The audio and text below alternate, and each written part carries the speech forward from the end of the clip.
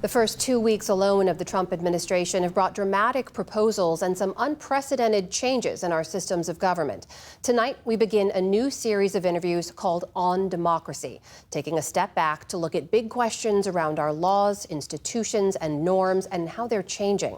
We begin with Barton Gellman, a longtime journalist and senior advisor at the Brennan Center for Justice. It's a nonpartisan think tank at New York University's School of Law. Bart Gellman, welcome back to the NewsHour. Thanks for being with us. Thank you.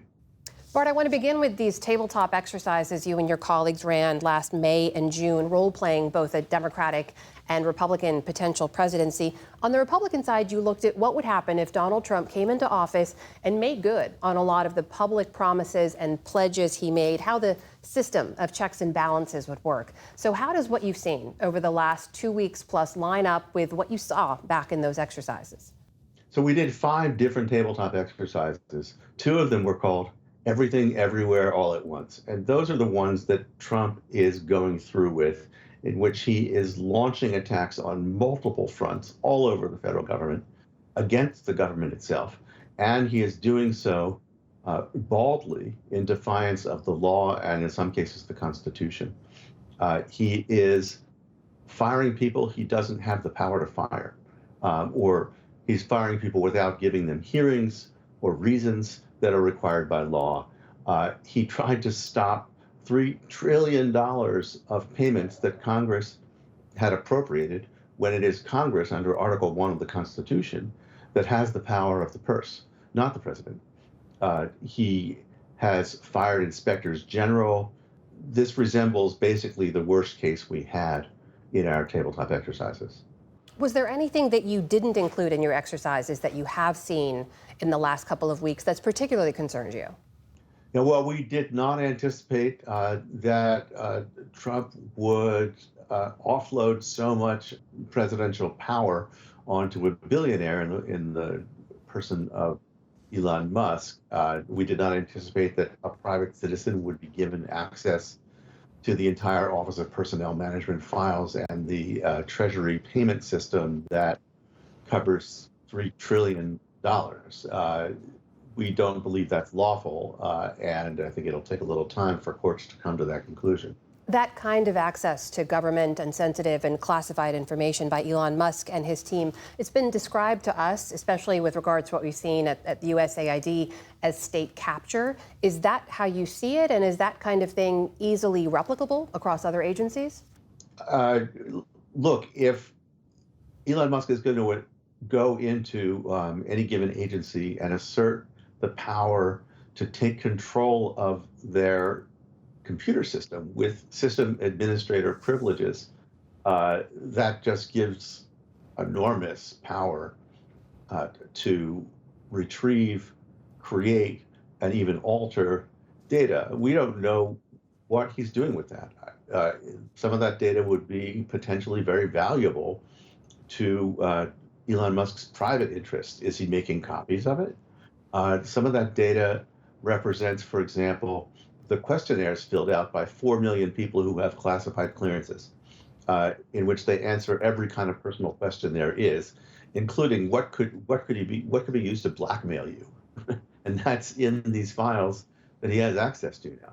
Limiting some of Musk's access, halting the freezing of federal funds, issuing injunctions on birthright citizenship, and so on. Are the courts here, as you see it, sort of the most robust guardrail?